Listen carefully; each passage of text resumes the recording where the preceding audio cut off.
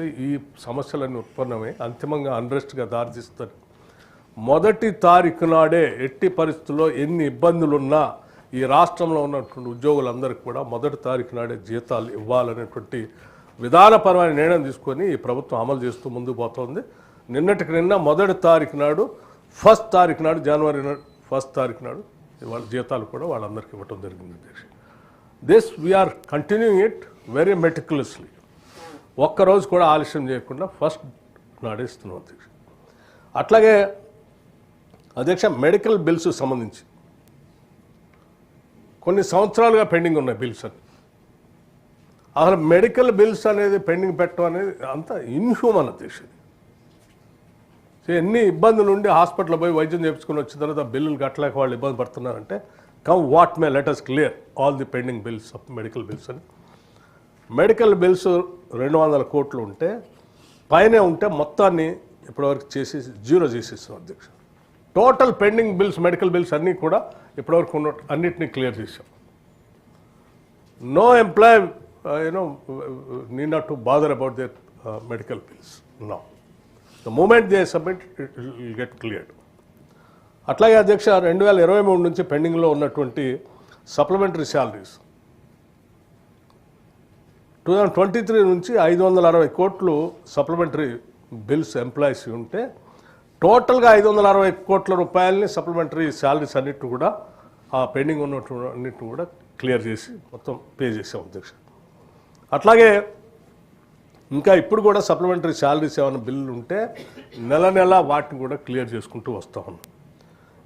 అట్లాగే ఎంప్లాయీస్ ఈ మధ్య అందరూ వచ్చి మాకు హెల్త్ స్కీమ్ సంబంధించి కూడా ఈ మీరు పెండింగ్ బిల్స్ అన్ని క్లియర్ చేశారు, దీనికి ఒక సిస్టమాటిక్ హెల్త్ స్కీమ్ ఒకటి కావాలి మాకు అంటే ఎస్, ఆరోగ్యం అనేది అత్యంత ప్రధానమైనటువంటి విషయం. మేము ప్రజలందరికీ 10 లక్షల రూపాయలు రాజీవ్ ఆరోగ్యశ్రీ పెంచిస్తూ ఉన్నాం.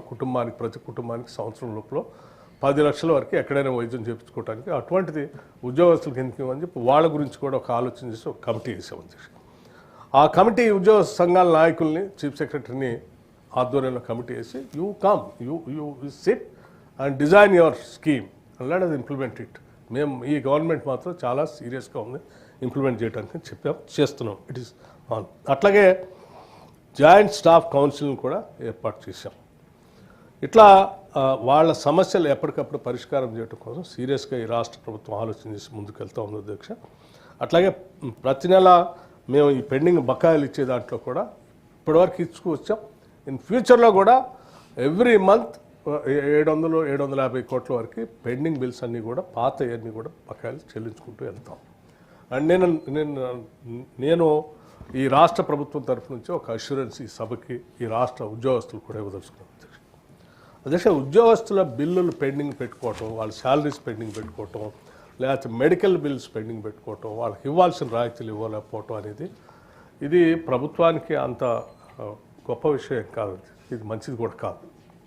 అందుకో మా ప్రభుత్వం చాలా క్లియర్గా ఉంది.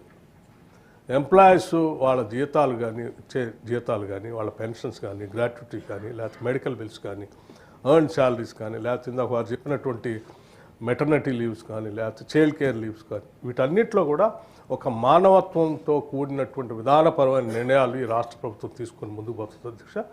100% we're committed for the welfare of the employees. Thank you. నమస్కారం.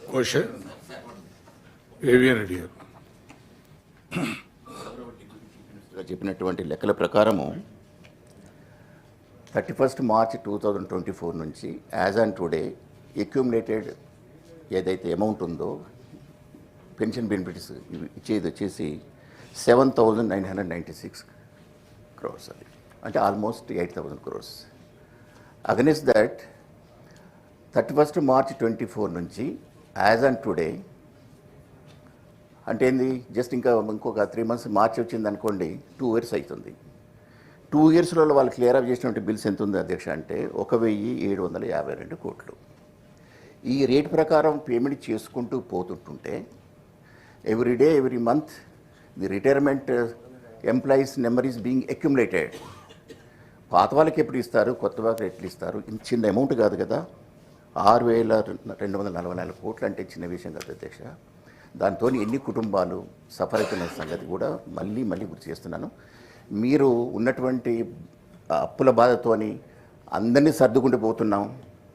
జీతాలు ఇదివరకు ఇర్రెగ్యులర్ ఉన్నటువంటి జీతాలను మేము రెగ్యులర్గా ఆన్ ఆర్ బిఫోర్ ఫస్ట్ ఇస్తున్నాం అనేటటువంటిది అది పెద్ద అచీవ్మెంట్ అయితే కాదు అధ్యక్ష. అది బేసిక్ నీడ్, అది విచ్ ఈజ్ మ్యాండేటరీ. వాళ్ళు ఇర్రెగ్యులర్ ఉన్నారు కాబట్టి ఆ రెగ్యులారిటీని మేము రెగ్యులర్ చేసినాం అనేదంటిది కూడా అది కాదు.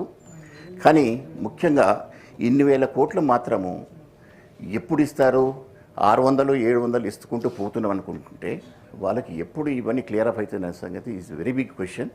దీని మీద సభలో ఉన్న వాళ్ళు కన్విన్స్ అయినో లేదు కాబట్టి నేను కన్విన్స్ కాలేదు. రిటైర్డ్ వాళ్ళు మాత్రం డెఫినెట్గా కన్విన్స్ అవ్వలేదు. అధ్యక్ష, ఈ విషయంలో చాలామంది కోర్టుకు పోయినారు.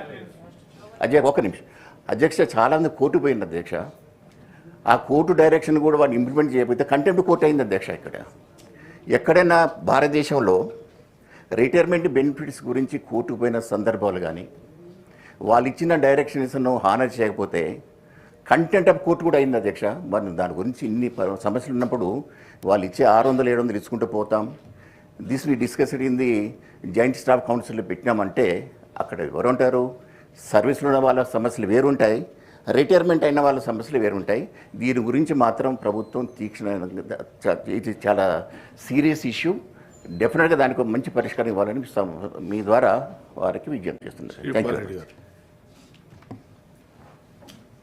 అధ్యక్ష. ఇది మార్చ్ 2024 నుండి రిటైర్మెంట్ స్టార్ట్ అయినాయి అధ్యక్ష. అయితే మేము అడిగేది ఏంటంటే ముఖ్యమంత్రి గారికి కూడా గతంలో సూచించడం జరిగింది. ఇప్పటి వరకు 1700 కోట్లు చెల్లించామని మంత్రి గారు చెప్తా ఉన్నారు. అసలు ఏ నెల వరకు రిటైర్మెంట్ చెల్లింపులు పూర్తిగా చెల్లించబడినాయి?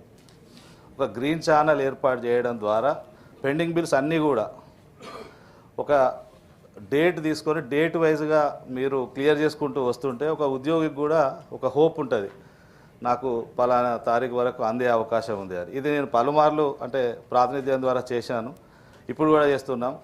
ఎందుకంటే ఆర్థిక శాఖ అధికారులు కూడా వివరాలు అడిగితే 700 కోట్లు చెల్లిస్తామని చెప్తున్నారు మంత్రి గారు, చాలా సంతోషం. కానీ చెల్లింపుల గురించి అధికారులు అడిగితే చాలా నిర్లక్ష్యమైన సమాధానాలు. ఎందుకంటే టీచర్లు రాలేదంటున్నారు అంటే 1,00,000 మందికి ఫోన్ చేసి అడిగినావా అని ఒక అధికారి అడగడం అంటే ప్రజాప్రతినిధిని, అది దౌర్భాగ్యం అధ్యక్ష. కాబట్టి ఒక గ్రీన్ ఛానల్ ఏర్పాటు చేయండి.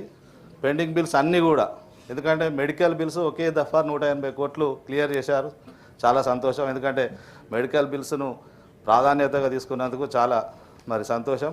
అదే పద్ధతిలో మిగతా బిల్స్ అన్నీ కూడా ఒకేసారి చెల్లిస్తే, ఎందుకంటే ఆంధ్రప్రదేశ్ ప్రభుత్వం ఒకేసారి 6,000 కోట్లను ఉద్యోగులకు చెల్లించింది, ఆ పద్ధతిలో చెల్లిస్తే సంతోషం. లేదంటే ఒక గ్రీన్ ఛానల్ ద్వారా మరి ఇప్పటిదాకా ఏ నెల వరకు చెల్లింపులు జరిగినాయో మంత్రి గారి ద్వారా సమాధానం కావాలని